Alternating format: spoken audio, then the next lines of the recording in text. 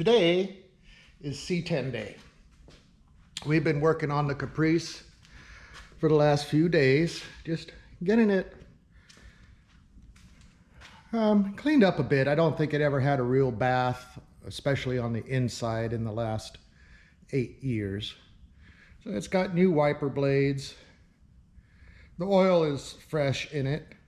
Don't know when the transmission fluid was changed or even checked as far as that goes, but I've left it for now. The interior was totally cleaned out. Air pressures and whatnot. Just piddling around with it. Took all the decals and gave it a buff and a wax, and only on the sides because that's the only place it's not getting repainted. So it turned out really nice on the sides. It really did. Let's take a look underneath here and see if there's any way of determining where that transmission fluid came from, other than my guess that it came from overfilling it. I truly believe that's what it is. You know, I've wiped down pretty much everything here. I'll just go over it one more time real quick. Make sure I got it all. I'll put some fresh cardboard in there.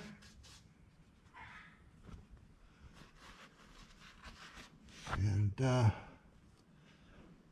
I want to see, maybe you guys can see better. I'll review this in a little while. I think what happened was I overfilled it and it came out of the fill tube, the dipstick tube. And the reason that is because it's from the old transmission that's 50 years old. And I didn't replace any O-rings on it or anything like that. And I think it just poured out of there. Because when I check it now, I did buy a brand new dipstick tube and dipstick, one of them fancy ones that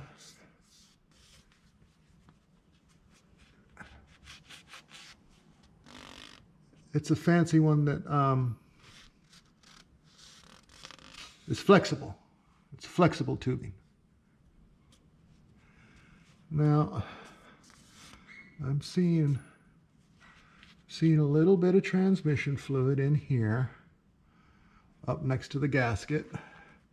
I'm going to do my best to get it out of there so that when we come back, I have a feeling it ran down here and over here.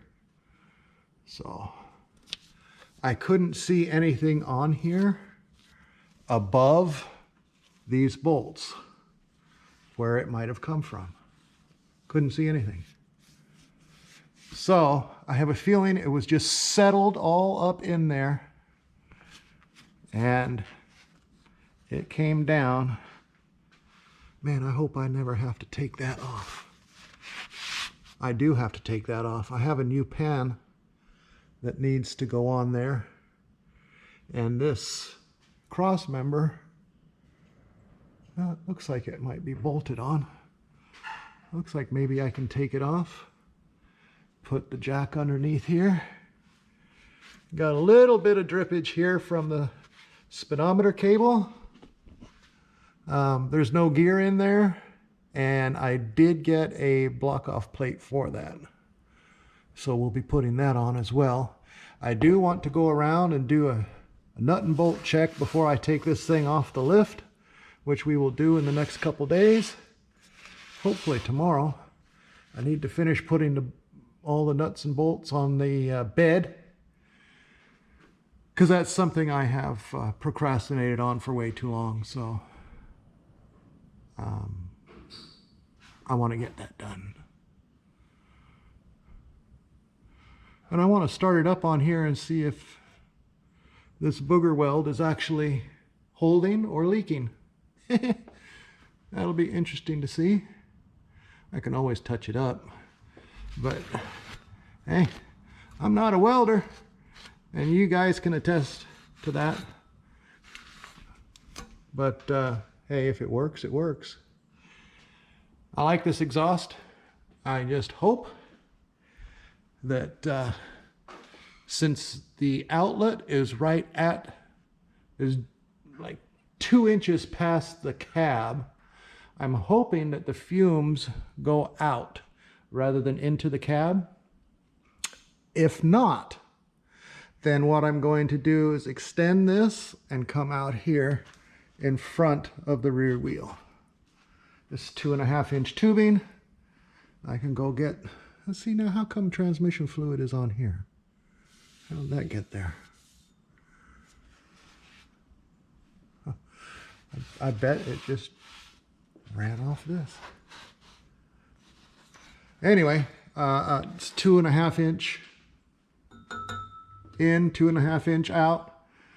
I just tacked these on for the simple reason that if I wanted to take them off, it'd be very easy.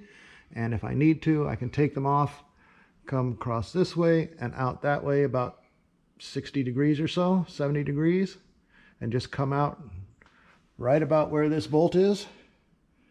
And you know, a little baloney cut on there. I think that'll be perfect. These Bluetooth springs, I need to fix that. I've got new springs. I think getting those perches off is going to be a bear. But yeah, we'll do the best we can. Well, we're going to have to get them off, period. That's all there is to it. We will get them off. I do have that new nut warmer tool, so that thing heats stuff up and there's nothing there to melt, so we'll use the heck out of that. I've got some coilover springs, not good ones, just a little bit of assistance. They're not coilovers, what you would think for making the suspension. They're shocks with some coils on them, and yeah, you know, that's gonna work out nice. So I keep wiping that off. I think it's paint, not transmission fluid. It's not wiping off. Okay, well, let's put a tray underneath here and some cardboard on it. Let it sit for a few days and see if we get any drips. I think I've wiped everything off that I can wipe off, so that if there was just a bunch of oil on there settled and it was, you know, following gravity, if that's what caused all that oil on the cardboard while I was gone, then, well, then I'll be a lucky guy. This thing, unfortunately, the very first start, I lost the video. I lost a lot of videos, and the first start was on those videos. And so we're going to do another first start. We'll have a second first start. And that start will be pulling it out of the garage. Finally, off the lift after almost 2 years. Yep. All the brakes and front suspension was done on the gravel while I was waiting for this building to be built. And all new brakes in the rear, all new drums, all new cylinders, all new everything. All of the brake system and suspension will have been replaced by the time I'm done. So I've got trailing arm bushings that I need to put in. I've got new bolts as well, so we'll see how those come off. I've got perches and springs. I've got shocks.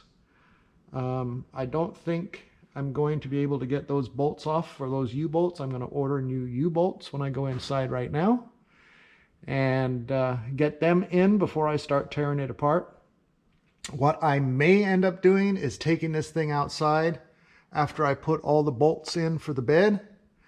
I've got one little piece of steel to cut, the molding for in the bed. I've got one little piece that I need to cut, and drill, because honestly I messed it up and I want to redo it. I just don't like how it looks.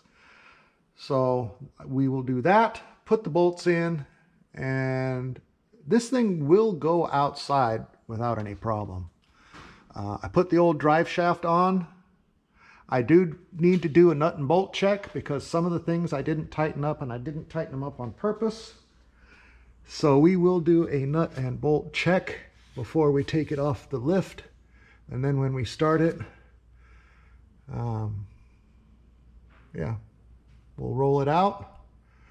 And I think the first thing I'm going to do is put the Caprice on the lift, take a look underneath that, see what parts I need to order, get it ready for power tours. Get the Corvette up on here so that I can get the hood open, because I'm going to have to go in through the bottom and push it up or pry it up or something. Hopefully not break it. But that's all right. I got another hood over there.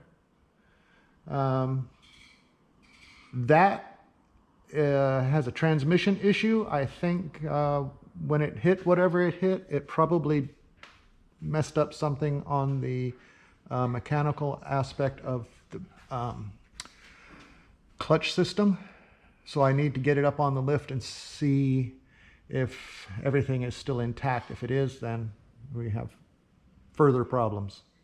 Anyway, hey, thanks for watching, guys. I really do appreciate it. If you don't mind sharing with your friends, letting them know about the channel, that's how we're going to move along. There's great stuff coming for the channel right now. I'm pretty much tapped out as far as projects. I've got the C10, this Caprice, another one coming, oh yeah, the Corvette, and we also have a 33-foot toy hauler that I bought sight unseen from a family member of a very good friend who said, yeah, it just needs a little work. Great. That's what we'll do. We're going to be scouting around Tennessee, and if we find a piece of land to park that thing on and maybe make that our home base, that's what we're going to do. We may travel around with it. Don't know. We got to see if things even work in it. So that's what we'll do. We will go from there. Thanks for watching. Like and share. I appreciate all the subscribers. Well, good morning. It's another day, and we're back out here with the C10. And as you can see on the cardboard there, a day later, we've got quite a few drips. And I think I figured out what the problem is. See if I can get you in there. You see that dipstick tube? That thing seems to be where the source of the leak is. So I have just ordered a new one, and we will replace that and see if that fixes the leak. Because what's happening is it's dripping down from the dipstick tube, which means that thing is just way over full. And then it's running around the ridge there and coming down onto the pan bolts and then dripping onto the cardboard. So there we are. I think we figured it out. I'll pull that tube and I'll use a Toomey syringe and get some of that excess fluid out, and then we'll put it back together and see how it goes. So thanks for watching, everybody. I'll give you an update once again when I do get the dipstick tube. That fancy one that I bought, I'm not even going to try and put that in because I couldn't get the dipstick in and out of it very easily with the bend that went in it when I installed it as it should have been installed. So there we go. That's what's happening today. It's a rainy day here in southern Texas. I'm thinking of just taking the day off and ordering parts and order a few speed parts, then put them on in a couple days. Sounds good. I got to order some parts for this. We'll get them ordered today. I can't procrastinate on that. I've sent out a challenge. It's yet to be accepted, but I'm still going to go to Power Tour anyway. Doesn't matter one way or the other. I just thought I'd add a little bit of fun to the mix. So thanks for watching. We'll come back I'm not going to close this out until I get the dipstick tube and we see if it works, and we'll go from there. Thanks, everybody.